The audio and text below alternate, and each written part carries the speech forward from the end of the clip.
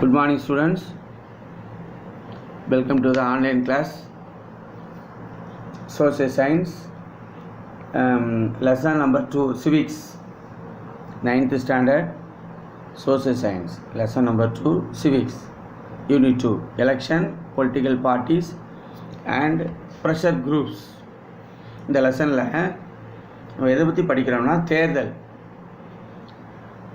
மற்றும் அரசியல் கட்சிகள் இதை பற்றி நம்ம படிக்கிறோம்.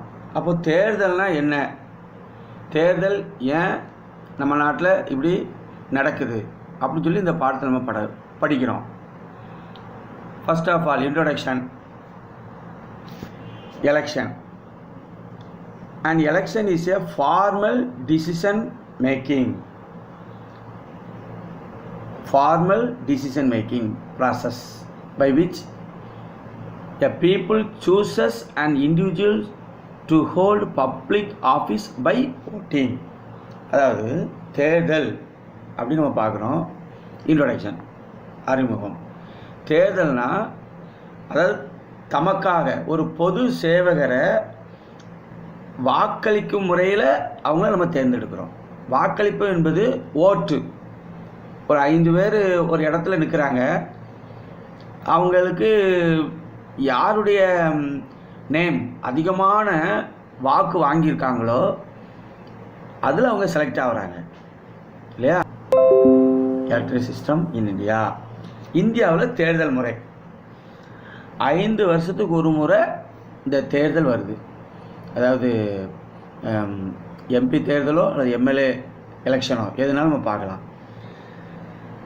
The electoral system in India has been adapted from the system followed in the United Kingdom. India is a socialist, secular, democratic republic and the largest democracy in the world. இந்திய தேர்தல் முறை இங்கிலாந்தில் பின்பற்றப்படும் தேர்தல் முறையினை பின்பற்றுறாங்க. இந்தியா வந்து ஒரு சமத்துவ நாடு, அது மட்டும் இல்லை மத சார்பற்ற ஒரு நாடு, மக்களாட்சி, குடியரசு நாடு இல்லையா. Socialist, secular, democratic republic and the largest democracy in the world. The modern India, the constitution of India came into force on 26 January 1950.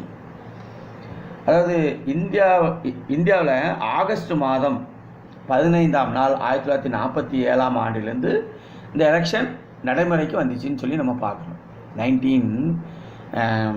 அதாவது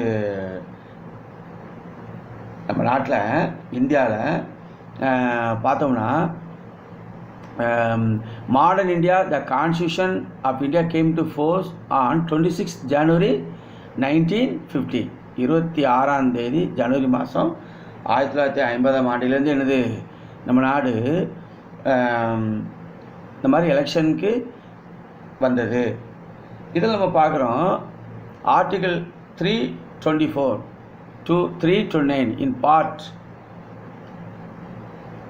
15 of the constitution make the following provisions with regard to the electoral system in our country. இந்த இந்திய அரசியலமைப்பில் 15ஆம் பகுதியில் காணப்படும் இந்த 324லேருந்து 329 வரை சில பிரிவு அதில் சொல்லப்பட்டிருக்கு. இது சில விதிமுறைக்கு ஏற்ப நம்ம நாட்டில் தேர்தல் முறை அமைக்கப்பட்டிருக்கிறது, சில விதிமுறைகளுக்கு ஏற்ற மாதிரி. அது ஆர்டிகிள் 324 அண்ட் ஆர்டிகிள் 329 பிட்வீன் இந்த இடைப்பட்டதில் சில பிரிவுகள் தேர்தல் முறையில் பின்பற்றப்படுகிறது. 1. Article 324 of the Indian Constitution provides for an independent election commission in order to ensure free and fair elections in the country. At present, the commission consists of a chief election commissioner and 2 election commissioners. இந்த இந்திய அரசியல் சட்டத்தின்படி பிரிவு 324 படி பார்த்தோம்னா தேர்தல் ஆணையத்தில் நம்ம சொல்லணும் ஒரு தலைமை தேர்தல் ஆணையர் இருக்கார். ஒரு தலைமை தேர்தல் ஆணையர். At present the commission consist of a chief election commissioner, ஒரு தலைமை தேர்தல் ஆணையர் மற்றும் 2 தேர்தல் ஆணையர்கள் உள்ளடக்கியது. அதான் and 2 election commissioners. 2. The parliament may make provision with respect to all matters relating to election to the parliament, including the preparation of electoral rolls, the delimitation of constitutions and all other matters necessary for securing their due constitutions. அதாவது பாராளுமன்ற தேர்தலில் நம்ம எடுத்துக்கிட்டோம்னா வாக்காளர் பட்டியல் தயார் பண்ணுறாங்க. இந்த வாக்காளர் பட்டியல் தயார் பண்ணுறது எப்படி, அதுக்கப்புறம் இந்த எந்தெந்த தொகுதியில் எத்தனை வாக்காளர்கள் இருக்காங்க, இப்படிலாம் சில விவரங்கள் அதில் உள்ளடக்கியிருக்கு. எந்தெந்த தொகுதியில் எத்தனை வாக்காளர்கள், பெண் வாக்காளர்கள் எத்தனை, ஆண் வாக்காளர்கள் எத்தனை, இப்படி தனித்தனியாக முக்கியமாக அந்த விவரம் இதில் அடங்கியிருக்கு. 3. The state legislatures can also make provisions with respect to all matters relating to elections to the state legislatures, including the preparation of electoral rolls and all other matters necessary for securing their due constitution. இப்போ மாநில சட்டசபை தேர்தல் எடுத்துக்கோங்களேன், அதாவது state legislature. மாநில சட்டசபை தேர்தல்னா வாக்காளர் பட்டியல் தயாரிக்கிறாங்க, அந்த தொகுதிகளை அதுக்கேற்ற மாதிரி வரையறைப்படுத்துகிறாங்க. Relating to election to the state legislature including the preparation of electoral rolls and all other matters necessary for securing their due constitution. இந்த தொகுதிகளை வரையறைப்படுத்துறது மற்றும் தேவையான மாற்றங்களை இந்த மாநில சட்டசபை சட்டங்களை அவங்க இயற்றுறாங்க, உருவாக்குறாங்க. இதெல்லாம் நம்ம பார்க்குறோம். ஓகே.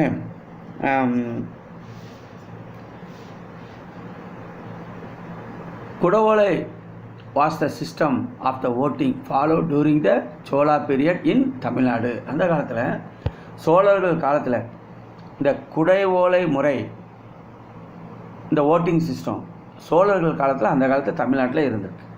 பழமையான காலத்தில் இந்த மாதிரி ஓட்டுடைய சிஸ்டம் இருந்திருக்கு, குடை ஓலை சிஸ்டம். Now 2.1.1 எலெக்ஷன் ப்ராசஸ், தேர்தல் நடைமுறை. At the national level, the head of government, the prime minister, is elected by members of the Lok Sabha, the lower house of the parliament in India. நீங்கள் நல்லா பார்த்தீங்கன்னா பார்லிமெண்ட்டில் 2 house இருக்குது, லோக்சபா, ராஜ்யசபா. அதாவது மக்களவை, மாநிலங்களவை சொல்லலாம், மேலவை கீழவை அப்படின்னு சொல்லலாம். இதில் பார்த்தோம்னா இந்திய தேசிய அளவில் பார்த்தோம்னா அரசாங்கத்தின் தலைவர் வந்து பிரதம மந்திரி, நம்ம எல்லாருக்கும் தெரியும், அதான் பார்க்குறோம், ஹெட் பிரைம் மினிஸ்டர். இவர் பார்த்தோம்னா இந்திய பாராளுமன்றத்தின் கீழவை, அதாவது கீழவைன்னு சொல்லலாம் அல்லது மக்களவைன்னு சொல்லலாம், ஆர் லோக்சபா. இவர் எப்படி செலக்ட் ஆகிறாரு, உறுப்பினர்கள் மூலம் தேர்ந்தெடுக்கப்படுகிறார்.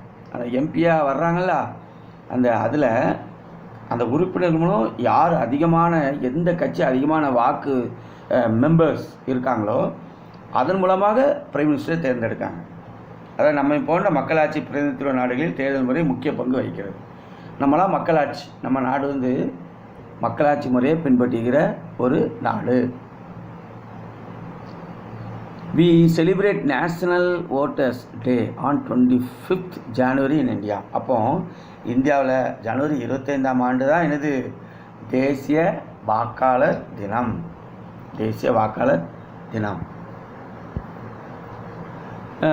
In representative democracy like ours, elections are extremely important. Voting in elections are the best way of make your voice heard.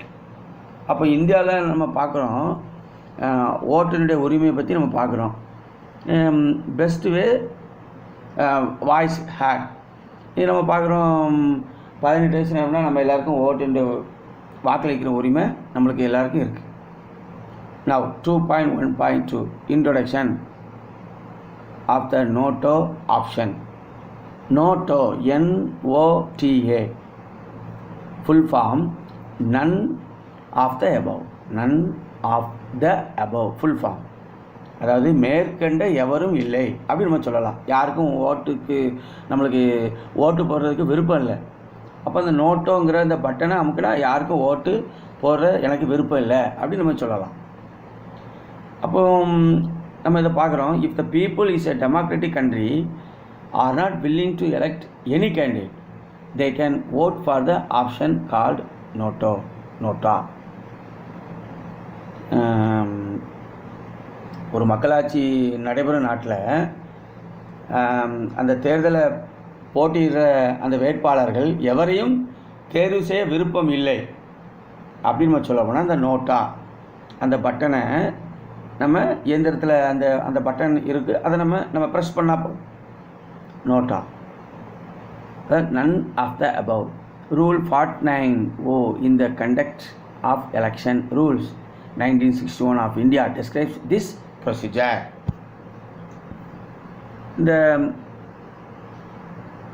அந்த வாக்களிக்கிற அந்த சிஸ்டம், அந்த கருவி எப்படி இருக்குன்னு நம்ம இந்த படத்தில் நம்ம பார்க்குறோம். Voters verified paper audit trail, அதாவது VVPAT அப்படின்னு நம்ம இதை சொல்கிறோம் ஷார்ட்டாக. அந்த கருவிகளை நீங்கள் பார்க்குறீங்க. அதில் பக்கத்தில் ஒரு கருவி இருக்குது, பட்டன் ப்ளூ கலரில் வரிசையாக இருக்குது. அதுக்கு நேராக அந்தந்த எலெக்ஷனில் யார் யார் இருக்காங்களோ அந்த கேண்டிடேட்ஸ் நேம் மற்றும் சின்னம் அதுவும் அதில் இருக்கும். இந்த VVPAT மிஷின் வெரி இம்பார்ட்டன்ட். இந்த மின்னணு வாக்குப்பதிவு இயந்திரம், இதை நம்ம சொல்கிறோம் மின்னணு வாக்குப்பதிவு இயந்திரம் அப்படின்னு நம்ம சொல்கிறோம். இந்த மின்னணு வாக்குப்பதிவு இயந்திரத்தில் வேட்பாளர்களின் பெயருக்கு எதிரில் உள்ள அந்த பட்டன் நான் சொன்னோம்ல அந்த ப்ளூ கலரில், அதை நம்ம அழுத்தினா அது நம்ம பதிவாகிறோம். அப்போ இதன் மூலமாக தான் இந்த எவ்வளோ ஓட்டு வாங்குகிறாங்க ஒவ்வொரு கேண்டிடேட்ஸும் அப்படின்னு நம்ம பார்க்குறோம். இது பொதுவாக 2014ஆம் ஆண்டுலேருந்து என்னது அறிமுகமாகிருக்கு. This system was first introduced in the 2014 general election. அப்போது 2014ஆம் ஆண்டில் பொது தேர்தலில் தேர்தல் ஆணையம் இந்த மின்னணு வாக்குப்பதிவு இயந்திரத்தை என்னது அறிமுகப்படுத்தியிருக்காங்க. VVPAT, Voters Verified Paper Audit Trail. Okay. Now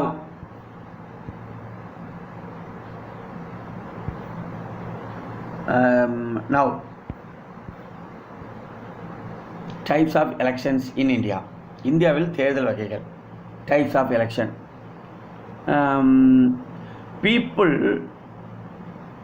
Elections are classified into two types, direct and indirect elections. நேரடி மறைமுக தேர்தல் அப்படின்னு நம்ம சொல்கிறோம். Direct and indirect. Direct and indirect, நேரடி அண்ட் மறைமுக தேர்தல். அப்போ இந்தியாவில் ரெண்டு வகையான தேர்தல் நம்ம பார்க்குறோம். First number 1 direct election. People directly vote for the candidates in the fray and elect their representatives.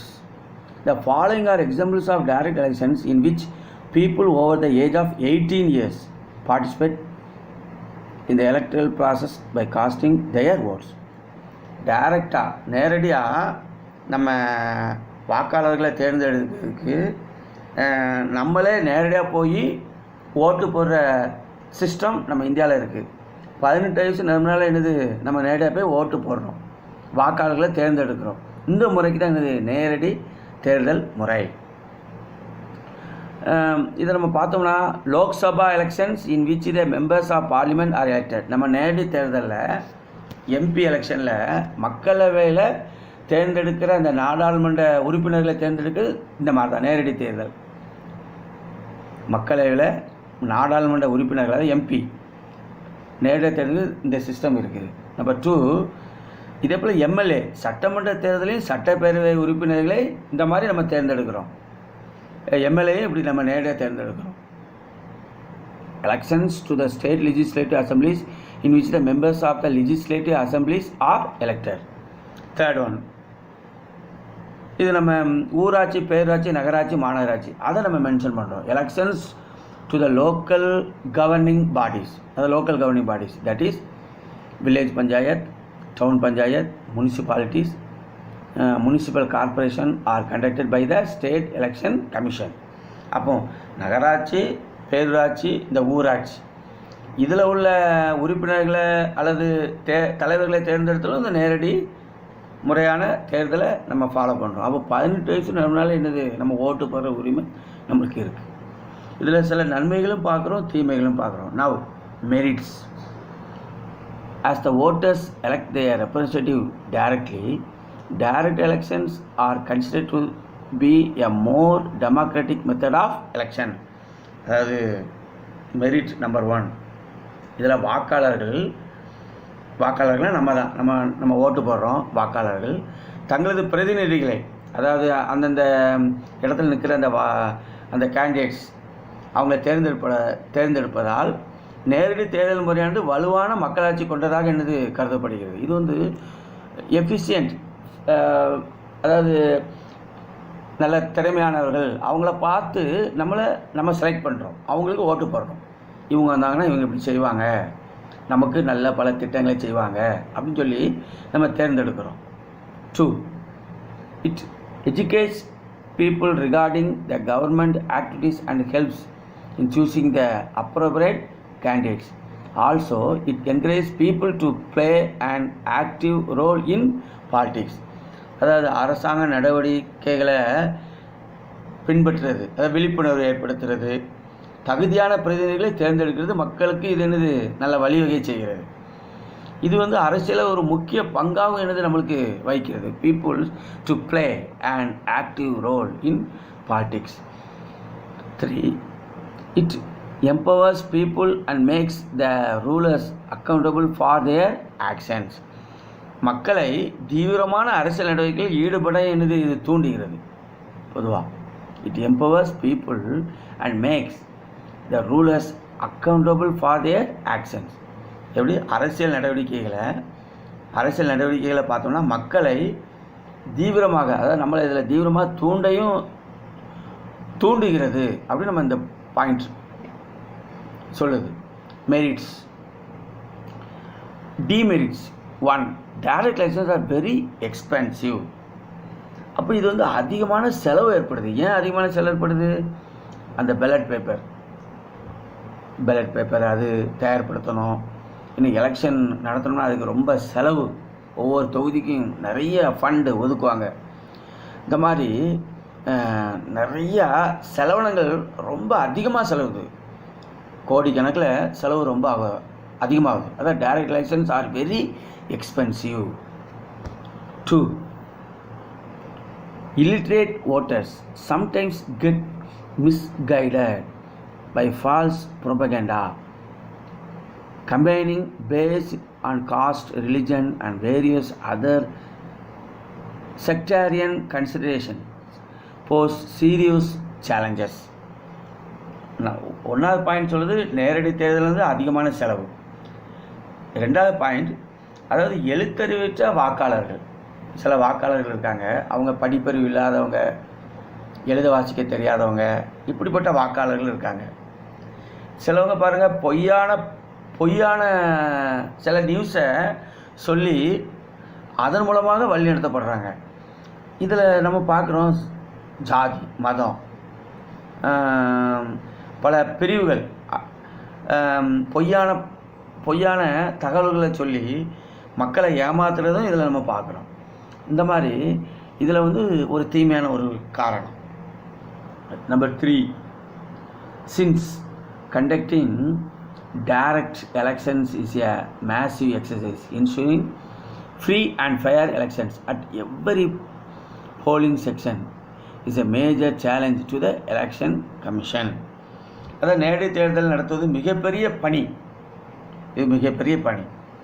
இப்படி ஒவ்வொரு வாக்கு மையங்கள்னு எடுத்துக்கலாம். ஒவ்வொரு வாக்கு மையங்கள், அதாவது எவ்வரி போலிங் ஸ்டேஷன் வாக்கு மையங்கள். இந்த வாக்கு மையங்களில் சுதந்திரமாக அல்லது நியாயமான முறையில் என்னது தேர்தல் ஆணையம் அந்த தேர்தல் நடத்துறது மிகப்பெரிய சவாலாகவும் இருக்குது. சில இடங்களில் பல சண்டைகள், சச்சரவுகள் உருவாகவும் வாய்ப்பு இருக்குது. அதான் இந்த பாயிண்ட் மென்ஷன் பண்ணுது. 4. There are instances of some political candidates influencing the voters through payments in the form of cash, goods or services.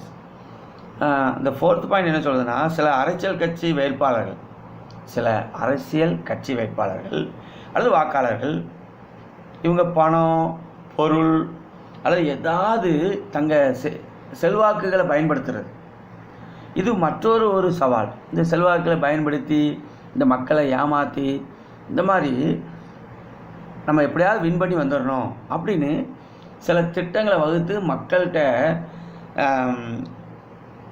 பணத்தை கொடுத்து மக்கள்கிட்ட ஓட்டு வாங்குகிற உரிமை. இது ஒரு சவால். இது ஒரு demerits. Last point, 5th point. Election campaigns sometimes results in violence, tension, law and order problems and affects the day-to-day life of people. அதாவது தேர்தல் பரப்புரைகளின் போது, அதாவது அவங்க வெளியில் போய் ஒன்று ஒன்றா சொல்கிறாங்க.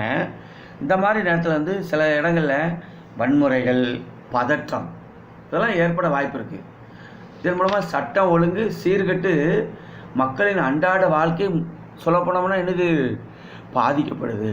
டே to day life of people affects the day to day life of people. Now indirect election, மறைமுக தேர்தல். நேரடி தேர்தலை பார்த்தோம், இப்போ மறைமுக தேர்தல், indirect election. Voters elect their representatives who in turn elect their representatives. This method of election is followed for the election of President of India.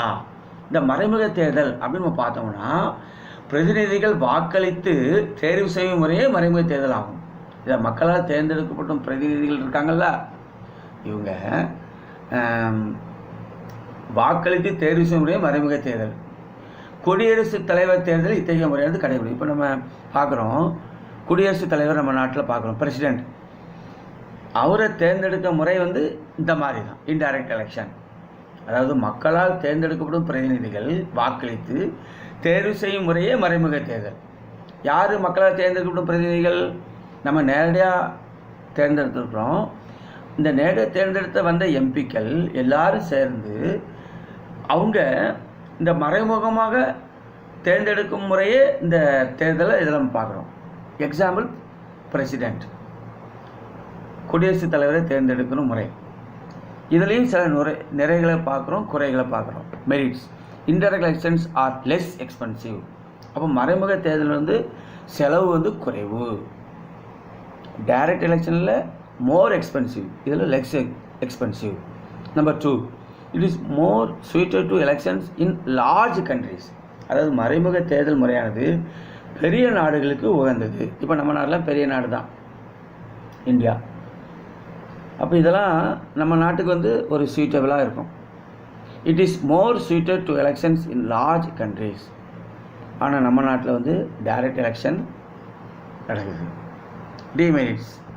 Number 1, if the number of voters is very small, there exists the possibility of corruption, bribery, horse trading and other unfair activities.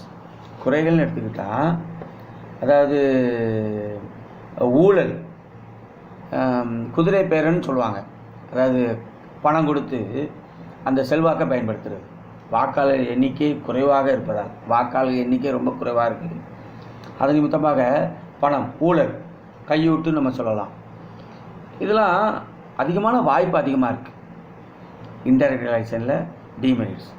Number 2, demerits. Number 2, it is less democratic because people do not have a direct opportunity to elect, but they instead do it through their representatives.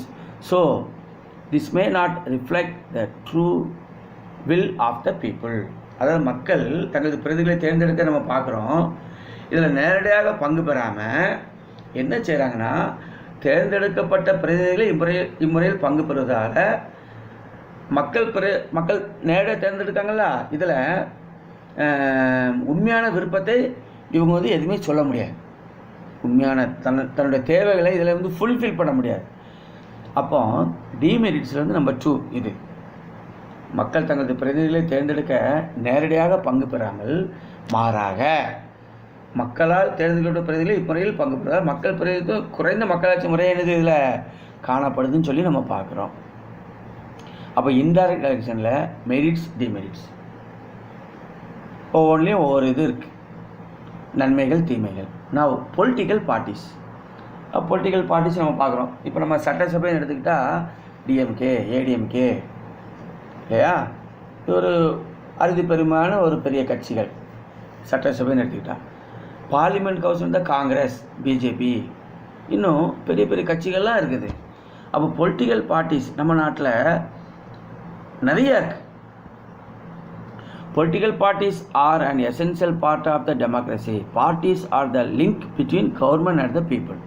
அப்போ party அப்படின்னு பார்த்தோம்னா அதாவது மக்களோடு ஒரு தொடர்புடையது இல்லையா, மக்களோடு எனது தொடர்புடையது. இந்தியாவில் அரசியல் கட்சிகள் வந்து தேசிய கட்சிகள் மாநில கட்சிகள் அப்படின்னு 2 வகையில் இருக்குது. பொலிட்டிக்கல் பார்ட்டிஸ் கட்சியில் நம்ம பார்க்கணுன்னா 2 இது நம்ம பார்க்குறோம் சரியா. Right. Meaning of political party.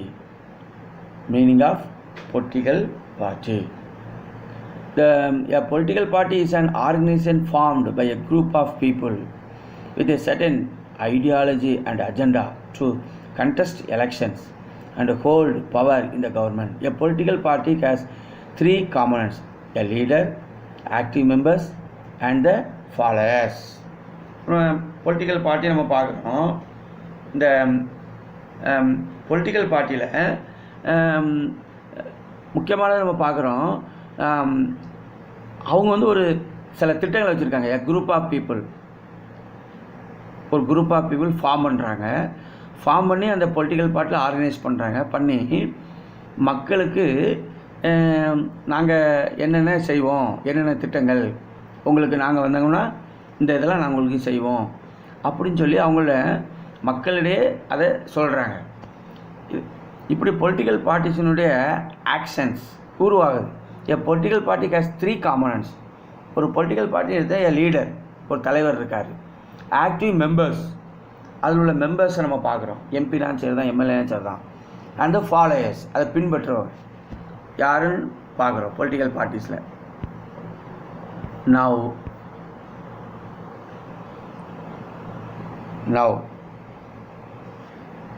how is the president of India elected? அதாவது இந்திய குடியரசுத் தலைவர் எப்படி தேர்ந்தெடுக்கப்படுகிறார்? த பிரசிடென்ட் ஆஃப் இந்தியா, இது நம்ம பார்க்குறோம்ல, அதாவது இன்டைரக்ட் எலெக்ஷனில் பாருங்கள். டூ யூ நோ இன்டைரக்ட் எலெக்ஷனில் பிரசிடென்ட் ஆஃப் இந்தியா எப்படி தேர்ந்தெடுக்கப்படுறார்? The President of India is elected by the members of an electoral college consisting of 1. Elected members of the both houses of parliament. Both houses, Lok Sabha, Rajya Sabha, 2 house இருக்குது. இதில் தேர்ந்தெடுக்கப்பட்ட எம்பிக்கள் இவங்க தான் எனது பிரசிடெண்ட்டை select பண்ணி தேர்ந்தெடுக்காங்க. 2. The elected members of the legislative assemblies. இப்போ ஒவ்வொரு மாநிலத்திலையும் எம்எல்ஏ இருக்காங்க. இதில் தேர்ந்தெடுக்க and of all the states and union territories of India. அதாவது ஸ்டேட்டில் உள்ள எம்எல்ஏக்கள் மற்றும் யூனியன் டெரிட்டரிஸ். அப்போ நம்ம நாட்டில் யூனியன் டெரிட்டரிஸ் அதில் வர்ற எம்எல்ஏக்கள் இவங்க எல்லாருமே சேர்ந்து பிரசிடெண்ட்டை தேர்ந்தெடுக்காங்க. President of India. The elected members of the both houses of parliament, number 1. Number 2, the elected members of the legislative assemblies of all the states and union territories in India. அதாவது இந்தியாவில் உள்ள அனைத்து மாநிலங்கள் மற்றும் யூனியன் பிரதேசங்களில் தேர்ந்தெடுத்த சட்டமன்ற உறுப்பினர்கள்.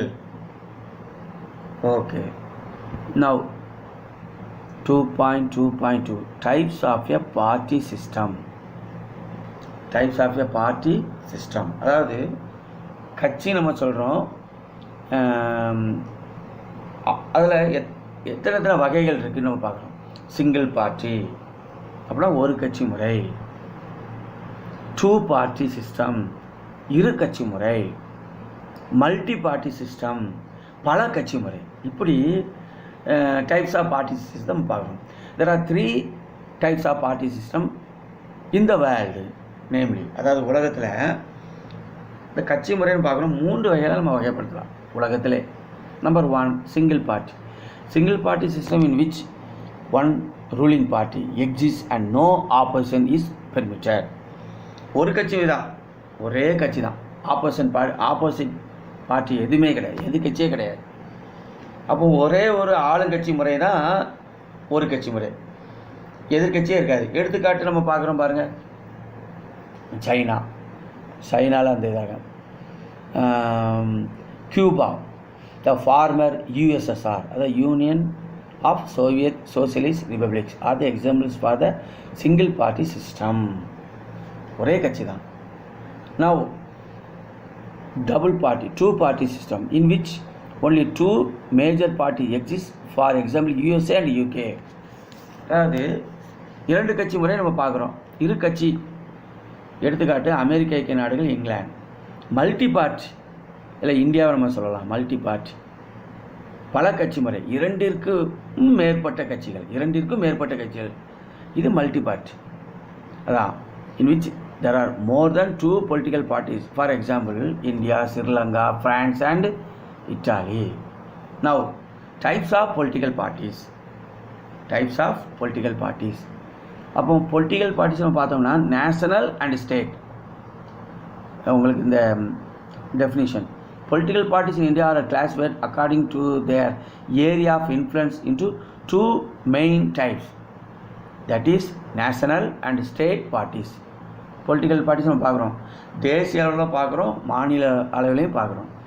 தேசிய அளவில் பார்த்திங்கன்னா ரூலிங் ஆப்போசிஷன், ஸ்டேட் லெவலையும் பார்த்துக்குறோம் ரூலிங் ஆப்போசிஷன். அப்போ ஒரு கட்சி ஆட்சியில் இருக்குது, இன்னொரு கட்சி எதிர்கட்சியாக இருக்குது. ஸ்டேட்லேயும் பார்க்குறோம், நேஷனல் லெவல்லையும் பார்க்குறோம். Types of political parties. Number 1, national parties. அப்போது நேஷனல் பார்ட்டிஸ்னு பாருங்களேன், a party which is recognized as a state party in at least 4 states is recognized as a national party. ஒரு கட்சி குறைந்தது 4 மாநிலங்களாவது மாநில கட்சி என்ற தகுதியை பெற்றிருக்குமானால் தேசிய கட்சி. இப்போ தேசிய கட்சி நம்ம பார்க்குறோம், இந்த கட்சி குறைந்தது 4 மாநிலங்களில் ஒரு தகுதியை பெற்றிருக்கணுமா, அப்போ தான் தேசிய கட்சி என்று அது அழைக்கப்படுகிறது. National party. Every party in the country has to register with the election commission, while the commission treats all the parties equally. It offers some special facilities to state and national parties. அதாவது இந்திய தேர்தல் ஆணையத்தில் பதிவு செய்திருக்கணும், தேசிய கட்சினாலுமே register பண்ணியிருக்கணும் இந்திய தேர்தல் ஆணையம். அது மட்டும் இல்லை, இந்திய தேர்தல் ஆணையம் அனைத்து அரசியல் கட்சிகளையும் சமமாக பாவித்த போதிலும் இது தேசிய கட்சிகளுக்கு மாநிலங்களுக்கு சில சிறப்பு சலுகைகளை வழங்குதுன்னு நம்ம பார்க்குறோம். தேர்தல் ஆணையம் it offers some special facilities to state and national parties. These parties are given a unique symbol. Only the official candidates of the party can use that election symbol. In 2017 there were 7 recognized national parties. அப்போ 2017 வருஷத்தில் பார்த்தோம்னா தேசிய கட்சிகளின் எண்ணிக்கை 7 இல்லையா, தேசிய கட்சிகளின் எண்ணிக்கை 7. இப்போ ஸ்டேட் பார்ட்டிஸ், மாநில கட்சிகள், அதர் தேன் த 7 நேஷனல் பார்ட்டிஸ். இப்போ நம்ம பார்த்துறோம் 7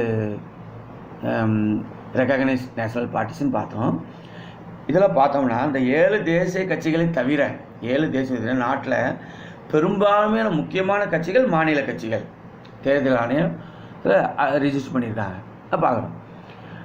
most of the major parties of the country are classified by the election commission as state parties.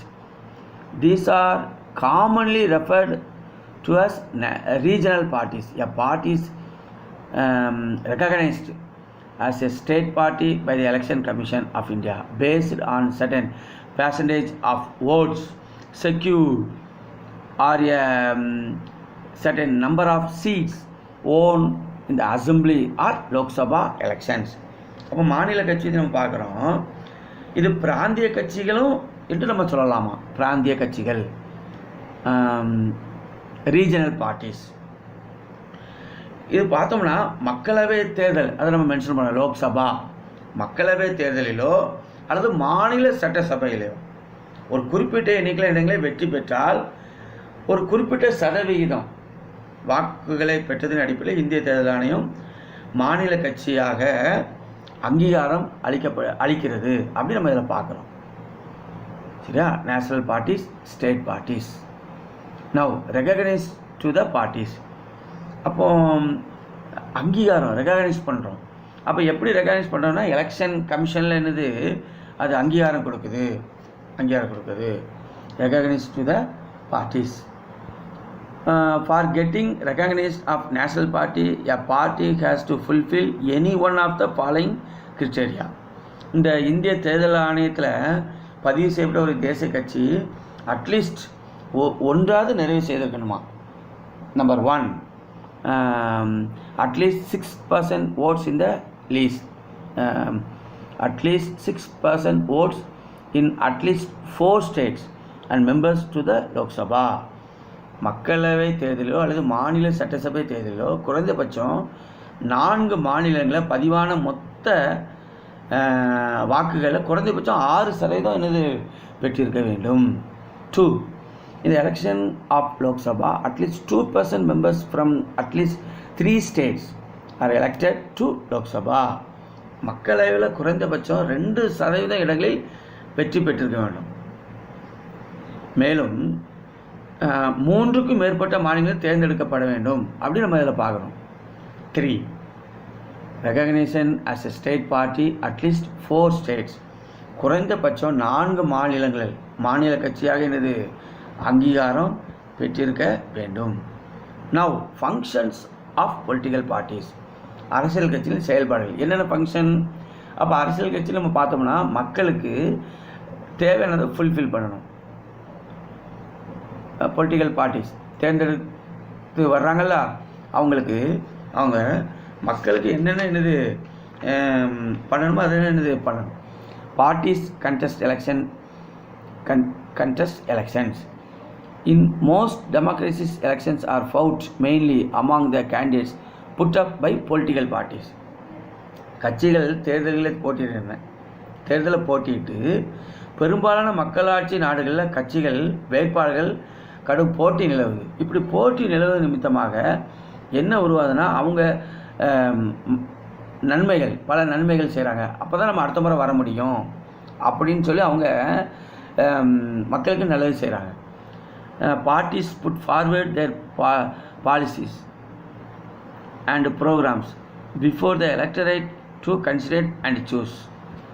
Parties play a decisive role in making laws for a country. Formally, laws are debated and passed in the legislature. அதாவது நாட்டில் சட்டத்திட்டங்களை இயற்றுறது அரசியல் கட்சிகள் முக்கிய பங்களிப்பு இதெல்லாம் நம்ம பார்க்குறோம். இது நாடாளுமன்றத்தில் சட்டமன்றத்தில் என்னது விவாதம் நடக்கப்பட்டு பிரசிடெண்ட்டோ அல்லது கவர்னரோ என்னது சைன் பண்ணி அதை செயல்படுத்துகிறாங்க. இதெல்லாம் நம்ம இதில் பார்க்குறோம். Parties form and run the governments. அப்போ மக்கள் அந்த பார்ட்டிஸ் ஃபார்ம் மற்றும் மக்களில் அதை செயல்படுத்துகிறாங்கன்னு நம்ம இதில் பார்க்குறோம். இது அரசாங்கத்திற்கும் மக்களுக்கு இடையே ஒரு பாலமாக அரசியல் கட்சி செயல்படுது அப்படின்னு நம்ம பார்க்குறோம். Parties function as a useful link between people and the government machinery. அதுக்கு முந்தின பாயிண்ட் பார்க்கணும். Parties shape public opinion. They raise and highlights issues of importance. அப்போ மக்களுக்கு தேவையான முக்கிய நிகழ்வுகள்லாம் மக்கள் கவனத்திற்கு இது கொண்டு போகுது அப்படின்னு நம்ம பார்க்குறோம். Now 2.2.4 role of opposition parties in a democracy. இப்போ நம்ம ரூலிங் பார்ட்டி பற்றி நம்ம பார்த்தோம். இப்போ ஆப்போசிஷன் பார்ட்டி பற்றி நம்ம பார்க்குறோம். ஆப்போசிஷன் பார்ட்டி மக்களாட்சியில் எதிர்கட்சிகளின் பங்கு. இன் a democracy there may be a two-party system like in the USA or a multi-party system like in India and France. மக்களாட்சியில் அமெரிக்க நாட்டை நம்ம பார்த்தோம்னா இரு கட்சி முறை. இந்தியாவை பார்த்தோம்னா இந்தியா அல்லது ஃப்ரெஞ்சு இந்த பார்த்தோம்னா பல கட்சி முறை இருக்கலாம். அப்போது ஆப்போசிஷன் பார்ட்டின்னு ஒன்று இருக்குது கண்டிப்பாக. பெரும்பாலான மக்களின் ஆதரவு பெற்ற கட்சியே ஆளுங்கட்சி அப்படி தானே. அப்போ எதிர்கட்சின்னு ஒன்று இருக்குது. இவங்க எதிர்கட்சியும் பார்த்தோம்னா ஆளுங்கட்சி என்னென்ன செய்கிறாங்க அதை நோட் பண்ணிகிட்டே இருக்காங்க. அதில் ஏதாவது தவறுகள் இருந்தால் அதை சுட்டி காட்டுறாங்க இல்லையா. இது எதிர்க்கட்சியிலேருந்து முக்கியமான ஒரு பங்கு நம்ம பார்க்குறோம். இதை பார்த்தோம்னா the leader of the opposition party occupied a prominent place in all democratic forms of the government. He enjoys the rank of the cabinet minister. Opposition பார்ட்டியில் தலைவர் எப்படின்னா அவருக்கு வந்து ரேங்க் கேபினெட் மினிஸ்டருக்குரிய ரேங்க் இருக்குது. He opposes the wrong policies of the ruling party which affects the general public. அதை நம்ம பார்த்தோம். அதாவது பொது கணக்கு மற்றும் எதுனாலுமே தவறான ஒரு இதை அவர் வந்து எடுத்து சொல்கிறார். அரசு துறைகள்லாம் சரிதான், பொது கணக்கெல்லாம் சரிதான், மக்களிடையே என்னது அதை எடுத்து சொல்லி இது அப்படின்னு சொல்லி மக்களுக்கு எடுத்து காட்டுறாரு. இதான் மக்களாட்சியில் எதிர்க்கட்சியில் ஒரு பொறுப்பான பங்கு இருக்குது அப்படின்னு நம்ம அதில் பார்க்குறோம், பிரதிபலிக்கிறது. இது நம்ம பார்க்குறோம் எங்கெல்லாம் இதுதான். Similarly he plays and important role to select the chairman and members of the central vigilance commission பார்க்குறோம். Chairperson, members of the information commission. The opposition parties reflect genuine demands and concern of the people to play a constructive role in a democracy. அப்போ மக்களாட்சியில் எதிர்க்கட்சியின் பங்கு நம்ம இதெல்லாம் பார்க்குறோம். பொது கணக்கு குழுவின் தலைவராக இவர் அரசு துறையில் செயல்படுறதெல்லாம் நம்ம என்னது மக்களுக்கு நல்லது என்னது தீமையானது என்னது அதை சுட்டி காட்டுறார். இது எதிர்க்கட்சியில் ஒரு பெரிய முக்கியமான ஒரு பங்கு. Now 2.3 ப்ரெஷர் குரூப்ஸ், அழுத்த குழுக்கள். இந்த ப்ரெஷர் குரூப்ஸ் அப்படின்னு இது அமெரிக்க ஐக்கிய நாட்டில் உருவாக்கப்பட்டது நம்ம பார்க்குறோம். The term pressure groups originated in the USA. A pressure groups is a group of people who are organized actively for promoting and defending their common interests. It is so called as it attempts to bring a change in the public policy by exerting pressure on the government. இந்த அழுத்த குழுக்கள் நம்ம சொன்னால் அமெரிக்க நாட்டில் உருவாக்கப்பட்டது. இது வந்து எப்படின்னா பொதுமக்கள் நலன்களை பாதுகாக்கவும் ஊக்குவிக்கவும் இந்த குழு உருவாக்கப்பட்டது அப்படின்னு நம்ம பார்க்குறோம். அரசு மீது என்னென்ன கொள்கைகளை கொண்டு வந்தால் என்னென்ன இதெல்லாம் செய்யலாம் அப்படின்னு இந்த குழு உருவாக்கப்பட்டிருக்கு. A pressure groups are also called interest groups or vested groups. There are different from the political parties in that they neither contest dictations nor try to capture political power. இந்த அழுத்த குழுக்கள் நலக்குழுக்கள் அல்லது தனிப்பட்ட நலக்குழுக்கள் என்றும் அழைக்கப்படுகின்றன. இந்த அழுத்த குழுக்களுக்கு இன்னொரு பேர் நலக்குழுக்கள் அல்லது தனிப்பட்ட நலக்குழுக்கள், ப்ரெஷர் குரூப்ஸ். இவங்க என்னென்னா அரசியல் கட்சியிலேருந்து வேறுபட்டவர்கள். இந்த ப்ரெஷர் குரூப்ஸ் வந்து நம்ம பார்க்குறோம் அமெரிக்க ஐக்கிய நாட்டில் உருவாக்கப்பட்டது. இது அரசியல் கட்சிகளிலிருந்து வேறுபட்டது. தேர்தலில் போட்டியிட மாட்டாங்க. அரசியல் அதிகாரத்தை கைப்பற்றணும் அப்படின்லாம் இவங்கள்ட்ட வந்து என்னது எல்லாம் எதுவுமே கிடையாது. இந்தியாவிலும் சில அழுத்த குழுக்கள் இருக்குது, pressure groups in India. A large number of pressure groups exist in India, but they are not developed to the same extent as in the USA or the Western countries like Britain, France, Germany and so on. Pressure groups. இப்போ இந்தியாவில் நம்ம அழுத்த குழுக்கள் நம்ம பார்க்குறோம். இது America மற்றும் England, French, Germany போன்ற நாடுகள் இப்போ போல் வளர்ச்சி அடைந்ததுன்னு நம்ம சொல்ல முடியாது. இந்தியாவில் வந்து வளர்ச்சி அடைந்த மாதிரி சொல்ல முடியாது. சரியா? Pressure groups. இந்த ப்ரெஷர் குரூப்ஸில் நம்ம பார்த்தோம்னா business groups, trade unions, agrarian groups, professional association, student organisation, religious organisation, tribal organisation, linguistic groups, ideology based groups, environmental protection groups இதெல்லாம் நம்ம பார்க்குறோம். அதாவது வணிக குழுக்கள், தொழிற்சங்கங்கள், விவசாய குழுக்கள், தொழில்முறை குழுக்கள், மாணவர் அமைப்புகள், மத அமைப்புகள், இது ஒன் பை ஒன்னாக நம்ம சொல்லலாம். இந்த குழுக்கள் நம்ம சொல்லலாம். இந்த ப்ரெஷர் குரூப்ஸில் நம்ம பார்த்தோம்னா இவங்க இந்த ஃபங்க்ஷன், இந்த ப்ரெஷர் குரூப்ஸில் வந்து சில செயல்படும் விதங்களும் நம்ம இதில் பார்க்குறோம். என்ன செயல்படும் விதங்கள் நம்ம பார்த்தோம்னா மக்களுக்கு என்னென்ன செய்யணும், என்னென்ன செய்யக்கூடாது, இந்த ப்ரெஷர் குரூப்ஸ் இதெல்லாம் நம்ம இதில் பார்க்குறோம். Pressure groups are the interest groups that work to secure certain interests by influencing the public policy. They are non-aligned with any political party and work as an indirect yet powerful group to influence the policy decisions. Pressure groups carry out a range of functions, including representation, political participants, education, policy formulation, and policy implementation. இது வந்து பிரதிநிதித்துவப்படுத்துதல் அல்லது அரசியல் பங்கேற்பு, கல்வி கொள்கை உருவாக்கம் மற்றும் கொள்கை அமலாக்கம். இதெல்லாம் இந்த அழுத்த கொள்கையில் முக்கியமான ஒரு செயல்பாடு.